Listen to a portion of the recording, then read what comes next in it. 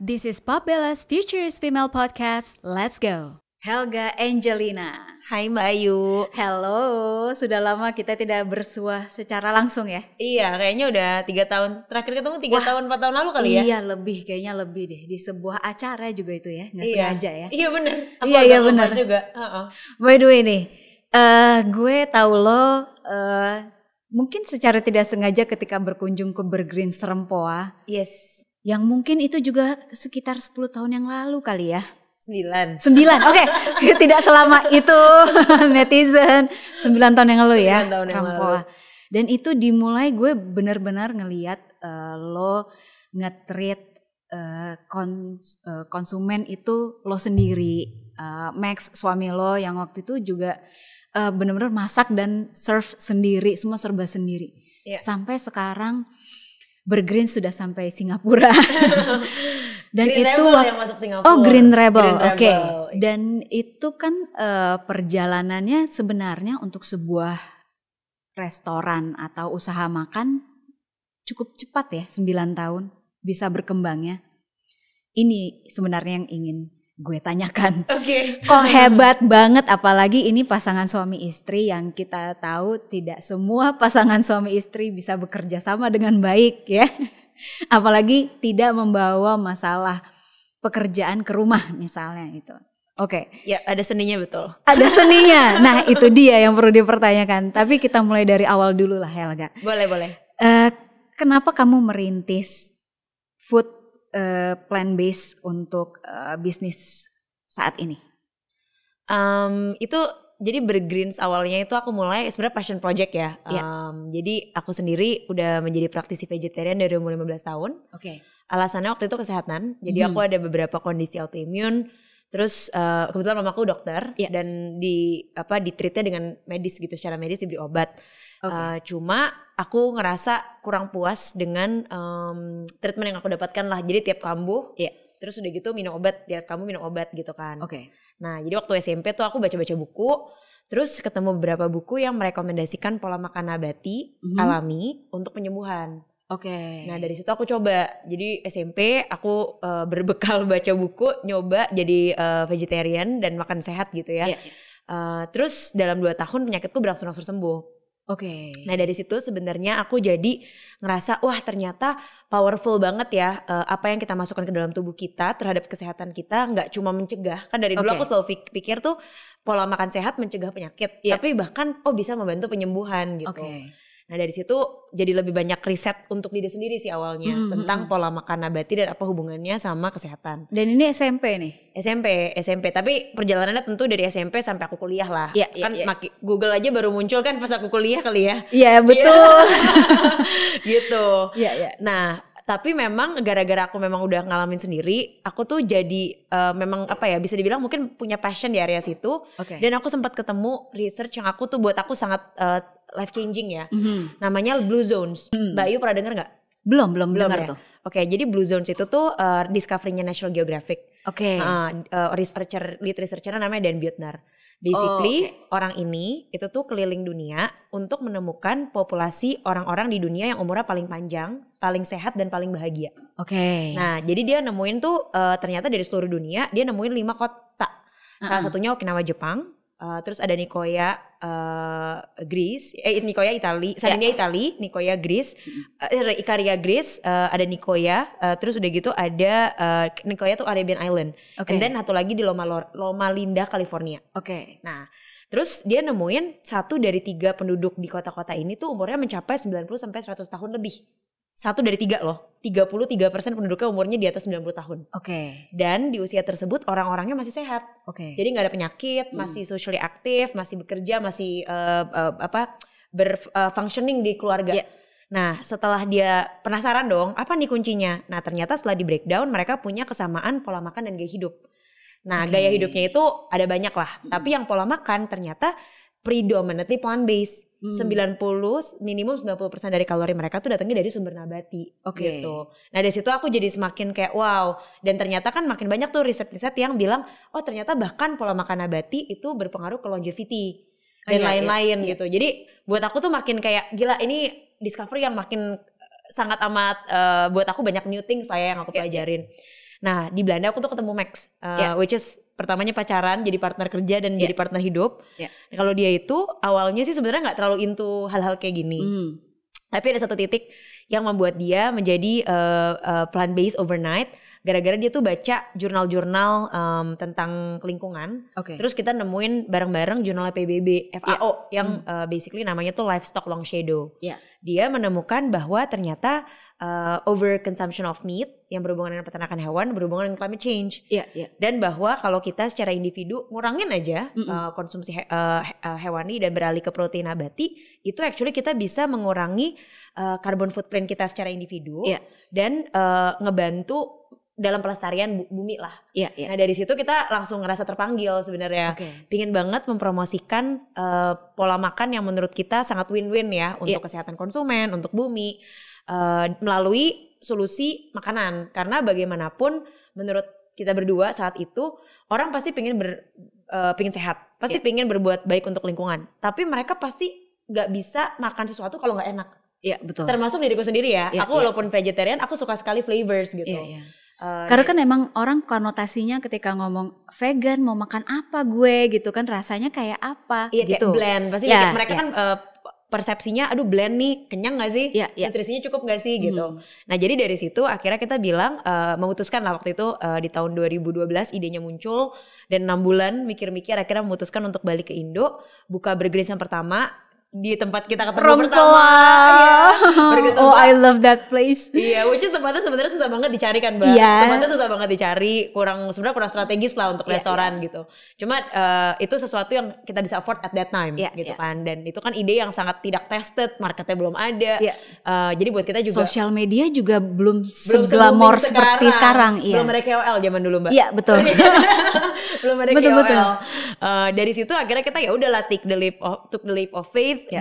Pulang dari Belanda, terus buka Burgerins yang pertama dengan misi intinya kita mau mendemokratisasi makanan nabati dan kita pingin memberikan opsi pangan yang sehat dan ramah lingkungan, bukan necessarily ke vegetarian dan vegan. Jadi vegetarian dan vegan of course ada tapi sangat kecil gitu kan, dan justru yang kita pingin ajak tuh orang-orang yang omnivora pada umumnya untuk mulai makan makanan nabati.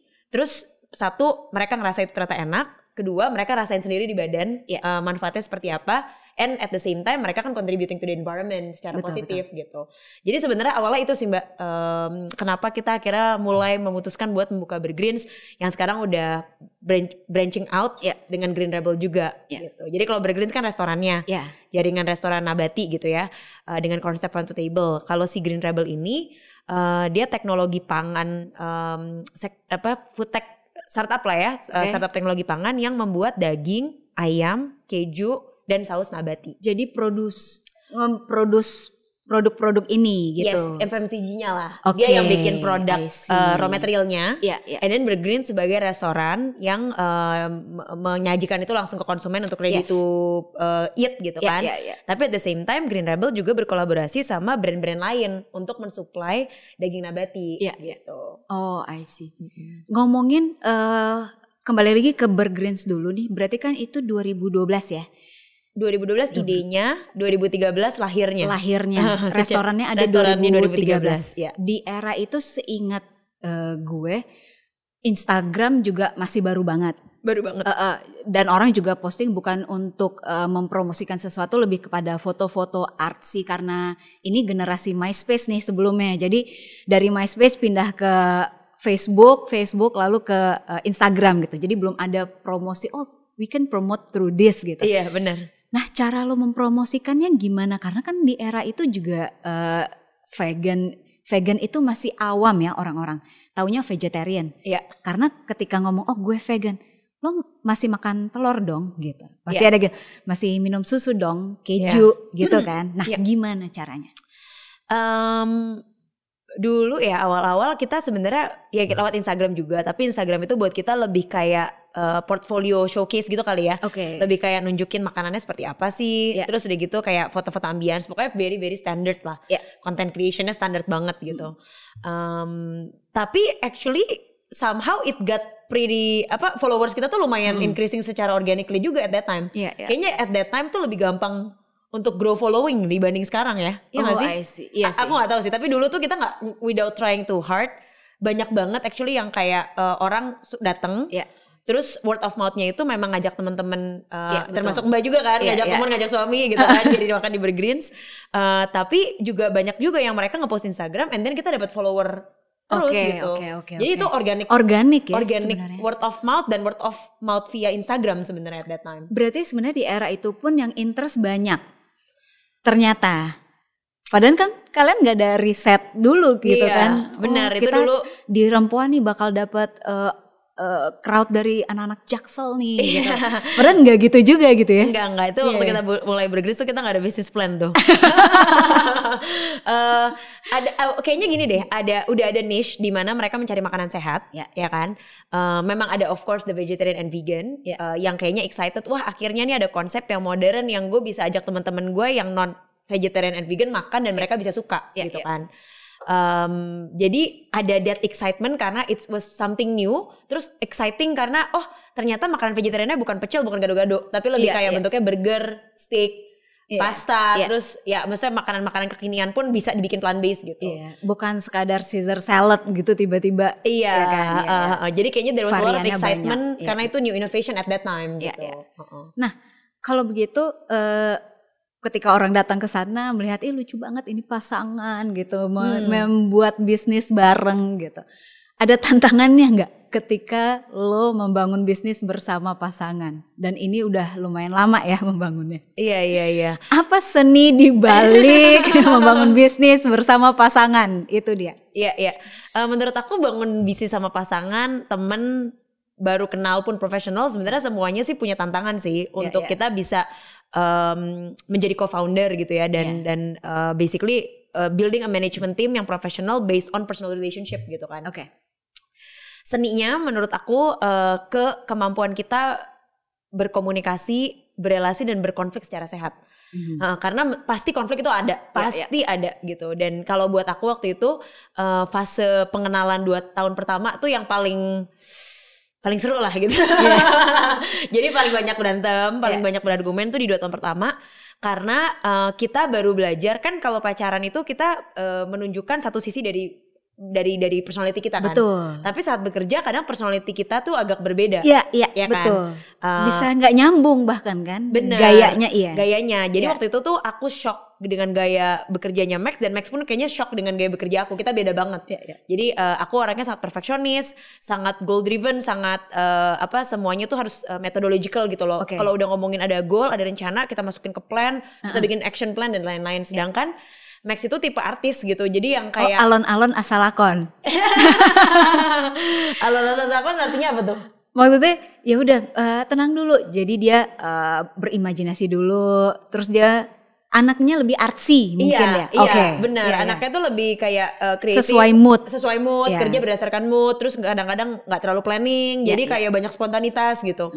Nah di situ kita belajar sih bahwa beda banget gimana caranya bisa kerja bareng, dan saat kita adjustment itu berantemnya lumayan banyak sih. Sampai hampir, kan aku kan pacaran, bisnis, baru nikah. Tadinya rencana nikah sampai sempat batal nih, gara-gara berantem dan mikir bisa nggak ya gitu.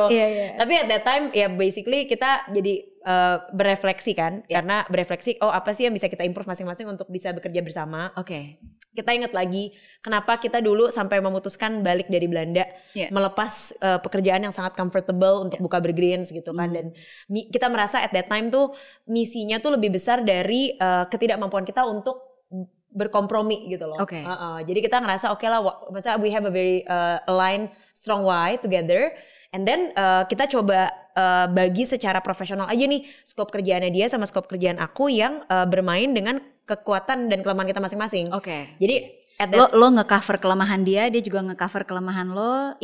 Tapi sama-sama enhance kelebihan kalian masing-masing. Betul. Gitu. Jadi karena dia memang artsy, si Max itu yang selalu ngurusin inovasi kan. Inovasi, kitchen, semuanya tuh dia. Yang ngurusin bisnis itu aku. Manajemen. Jadi semua manajemen, finance, HR, marketing, bizdev itu semua ada di bawahku. Gitu. And then kita bangun tim masing-masing. Gitu. Nah, along the way, long story shortnya lah ya gitu. Bagaimana akhirnya dari sebuah dari menyewa tempat di Rempoa itu sewa kan ya, benar ya? Nyewa tempat di Rempoa yang saat itu memang kalian bisa afford, sampai akhirnya kalian bisa membuka berbagai cabang.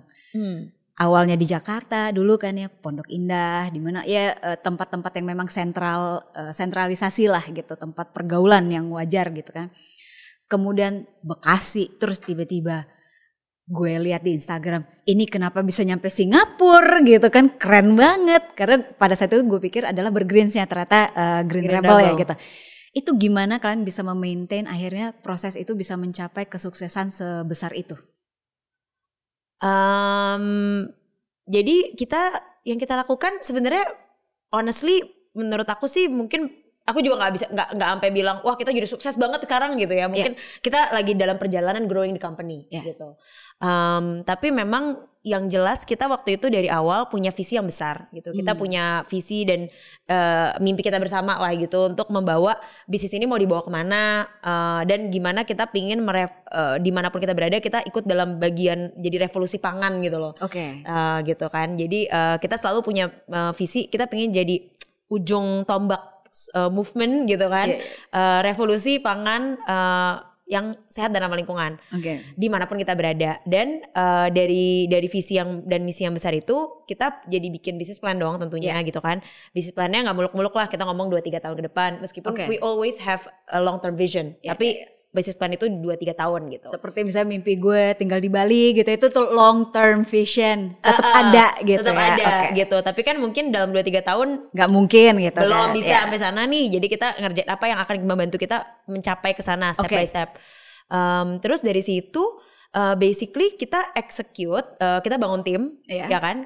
Kita mulai hire professionals. Kita sadar aku sama Max itu lahir dari keluarga yang biasa saja gitu ya. Jadi untuk kita bisa buka cabang di lokasi-lokasi yang mall gitu-gitu, kita butuh investment.